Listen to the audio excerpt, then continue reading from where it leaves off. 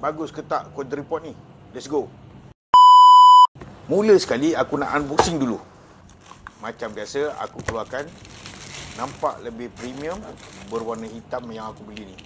Kabel charger pun dapat Type C. Dapat juga buku manual dia Cinonit ni.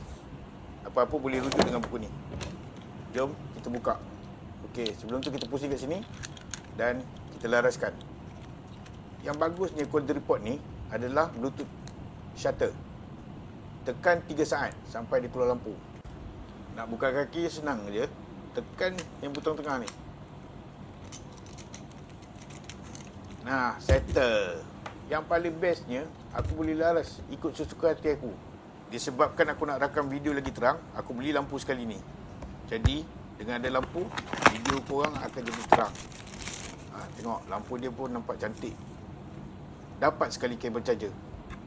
Mudah je nak pasang, ada cool shoe kat sini. Dekat situ kau letaklah cool shoe kat situ. Lepas tu kau pulas kasi ketat. Cara nak on paling senang, ada butang kecil kat sini, kau tekan lama sikit, 3 second. Nah, dah menyalakan. Letak handphone dan ketatkan. Setting lampu paling cara mudah. Tekan saja. Dia akan bertukar-tukar warna. Kalau nak tinggikan kamera, tarik aja. Bagi aku, quadripod ni memang bagus. Untuk korang yang nak rakam video.